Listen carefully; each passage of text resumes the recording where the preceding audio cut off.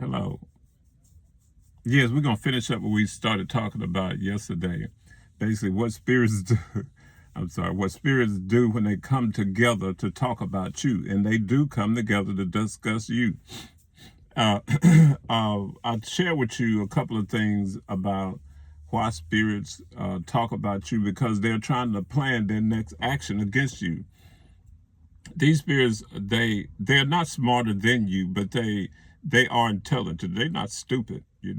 They know what you're doing. They know why you're doing it, and this is the reason why they're able to defeat a lot of people. This is how they're able to play on your emotions, play on your insecurities, play on the damage that you incurred as a child, play on your traumatic experiences. They play on the insecurities that have been set up as a result of you being hurt or injured during childhood. That's what they do. That's their goal. This is why my main objective is to get people healed. Because once you get healed and delivered from these spirits, then you begin to think crazy. The other thing I do as a therapist, I teach people that spirits know how to communicate to you. They do. They can send you a thought in your mind and you think it came from you, but it didn't.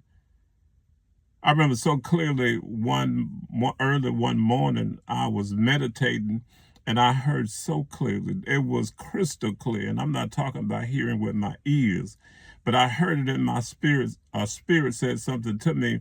Now it was claiming to be a message from someone else, but I immediately knew that it was a spirit and I rebuked it. And this is why I'm sharing with people. Sometimes, some Christians think they be hearing from God. They don't. They're not hearing from God. They're hearing from spirits.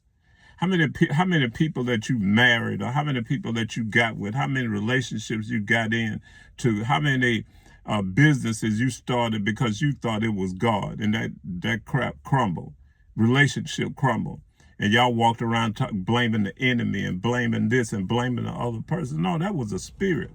And the spirit went off laughing because it tricked you. Now you had warning signs. You had warning signs that was trying to tell you this person is not from God. Yes, you did. You had warning signs, but you ignored the warning sign because you felt like that you heard from God. You were hearing from a spirit. And see, this is what the church does not teach you. It does not teach you how to hear clearly from your spirit. Okay. And then most of you all don't have enough wisdom to discern between whether it's God or whether it's a spirit. You don't. So you take off and you run with it. You end up marrying people that are marrying devils. And the word devil in this case is adversary. You end up marrying your adversary. They taunt you every which way you go. They don't support you. They don't help you do nothing. The main thing is they don't help get spirits off of your life. They don't even point you in the right direction. That's how you know it wasn't God. But y'all think it's God and y'all run with it until you start failing and that relationship start going south and you start saying, I know God sent that person. No, honey.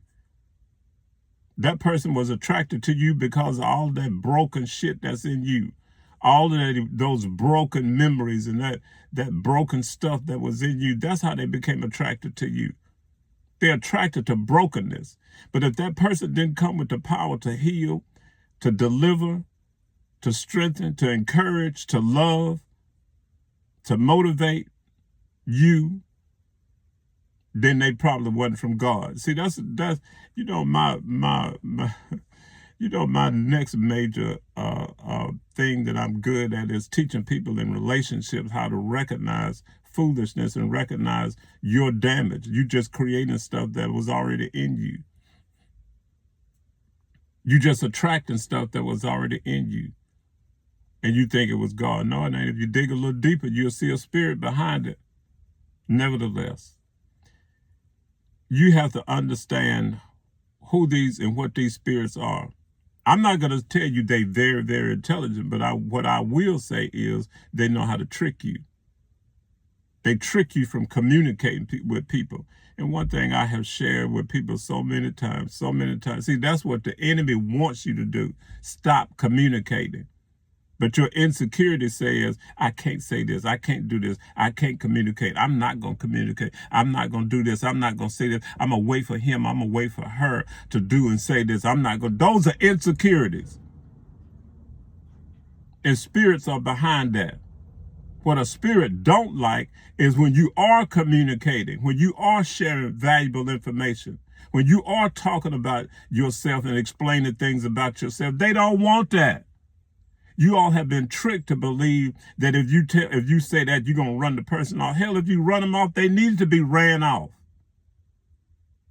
But a person that has been delivered from this foolishness and know what love is, they're not going to run. They're going to cling to you because you're being genuine and you're being transparent. They got y'all believing just the opposite. So you hide stuff. You hide valuable information, which you should be communicating. Oh, but I'm scared. Well, hell, if they run off, they were never meant to be with you. But hell, if somebody came your way and you know damn well they were sitting here to help you, to help deliver you, to help strengthen you, to help encourage you, to help. Why are you talking about them? Why are you running from them? Hell, you should be running to them. That's how these spirits got y'all so discombobulated, frustrated, and messed up. You think being quiet and not talking, that's what you should do. And you sit there in your little smug behavior thinking this is what's going to help you get an upper hand in the relationship or make him or her prove themselves or who they are. That's a bunch of BS. All you doing is causing more confusion, chaos, frustration. You adding to the negative energy on the planet. I don't care how nice you are. I don't care how good you look. I don't care about I don't care how much money you got. I don't care what your goal is. If you do not learn how to communicate, you are failing. You're failing at being a positive influence on this planet. Y'all put on little prompts and little platitudes and try to pretend you one thing, but really behind the closed doors, you just the opposite. You can't be two-faced with a spirit, because that spirit will look at you being two-faced and play off of it. Hell, I've spent most of my life counseling people. Yes, I have. Even though I have spent many years counseling people, so I know the games they play. But you see, I'm very patient. I'll wait on them. But when I need to call the devil out, I will. So I'm here to help you all understand. When you shut up and you stop communicating, basically you're giving the devil a stronghold. You're giving the enemy a stronghold. Basically, you are letting the enemy know, hey, here I am. You can use me because I got plenty of insecurities, and that enemy plays on your emotions and help you, encourage you not to talk, to pretend that you're so goddamn busy with this person or with this friend or with this loved one. Don't communicate. That's the work of the enemy. That's the work of spirits. That's what they want you to do. And y'all need to stop and wake up from this foolishness and realize power is in communicating, not keeping your mouth closed. It's in communicating. Stop this foolishness. You're playing right into the work of the enemy. And I gotta go. People just started cutting the yard, so I need to go. Until next time, y'all take care.